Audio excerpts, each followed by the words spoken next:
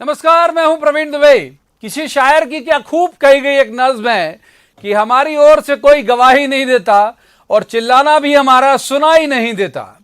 तो क्या कांग्रेस में इन दिनों आवाज बुलंद करने के लिए प्यादे वजीरों की जुबान खोल रहे हैं या फिर खुद को सुर्खियों में लाने की वजह खोज रहे हैं? ग्वालियर की एक गुमनाम सी नेत्री ने महाराज यानी ज्योतिरादित्य सिंधिया को बड़े महाराज यानी माधवराव सिंधिया हो जाने की सलाह दे रही हैं। वैसे जिनकी सलाह पर ग्वालियर चंबल में कांग्रेस की सियासत चलती हो, उन्हें उसी इलाके में किसी की सलाह की जरूरत है, इस पर कोई भोला ही भरोसा करेगा। तो फिर समाधान को समस्या बनाने पर आखिर छुटभैया नेताओं की गैंग क्यों आमादा है? सीएम के ये कह देने के बावजूद कि उनका किसी से कोई शिकवा नहीं, संगठन में समाधान की कोशिशों को सड़क पर कौन लेके आना चाहता है? हालांकि सुझाव यह भी है कि बिना मांगे सलाह देने वालों को सीधे बाहर का रास्ता दिखाया जाए। लेकिन क्या कांग्रेस के लिए इतना आसान है? वो भी तब जब राजा महाराजा खुद अपने लिए ठिकाने तलाश रहे। जवाब तो देना होगा। मैं आज पूछेंगे कि आखिर किसकी निष्ठा किसके लिए। खास पैनल हमारे साथ मौजूद है, लेकिन पहले आपको दिखाते हैं एक रिपोर्ट, देखिए।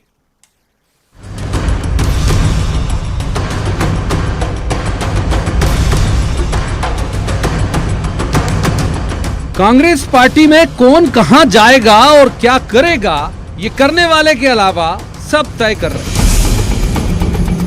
महाराज के सियासी भविष्य के संकट से उठा बवंडर अब पार्टी तोड़ने और तोड़ देने वालों को बाहर कर देने की सीमा तक पहुंच गया है।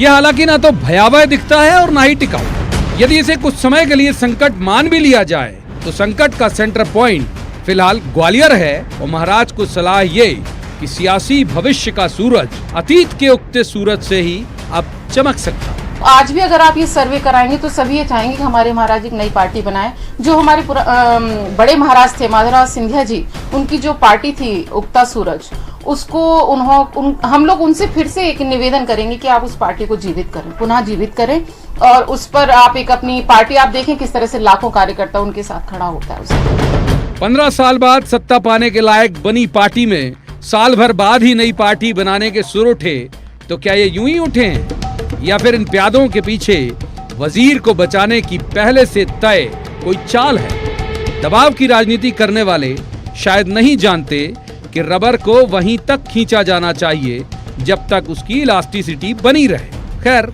समाधान भी सुझाया गया तो संकेतों में नहीं बल्कि खुली धमकी के तौर पर। सुनिए जरा। जो लोग इस तरह की बात कर रहे हैं उनको तत्काल पार्टी छोड़ देना चाहिए, या मैं अपने पार्टी के संगठन में अपील करूंगा कि ऐसे लोगों को तत्काल पार्टी से निकाल के बाहर करें, जो जिस पार्टी में रह के जिनकी निष्ठा पार्टी के प्रति नहीं है, कांग्रेस के प्रति नहीं है, उनको एक भी क्षण इस पार्टी में रहने का अधिकार नहीं है। जब घर में ही घमासान हो तो विपक्ष की बिन मांगी सलाह तो आनी ही है। उसके लिए काफी हिम्मत चाहिए, बड़ा कलेजा चाहिए, अगर हो तो करना चाहिए। पर मेरी मान्यता है कि जलालत से नहीं रहना चाहिए। जिम्मेदारों में जब बात ना हो और बिन मांगी सलाह वालों की भरमार हो तो पार्टी क्या घर भी टूट सकता है। लेकिन सवाल ये कि आखिर बोलने वालों के अलावा सबको बोलने का मौका इन दिनों कांग्रेस में आखिर दे कौन रहा है? जवाब तो देना होगा। ब्यूरो रिपोर्ट के साथ न्यूज़ 18 मध्य प्रदेश छत्तीसगढ़। सबसे पहले मेहमानों का तारुफ मैं आपसे करा देता हूं। हमारे साथ है पंकज चतुर्वेदी, कांग्रेस के प्रवक्ता हैं। पंकज जी का स्वागत है। दूसरे मेहमान नरेंद्र पटेल साहब, ये बीजेपी के प्रवक्ता हैं। नरेंद्र जी का स्वागत है। तीसरे मेहमान पत्रकारिता का चर्चित चेहरा है मनीष दीक्षित, अच्छे राजनीतिक विश्लेषक हैं। मनीष जी का भी स्वागत है।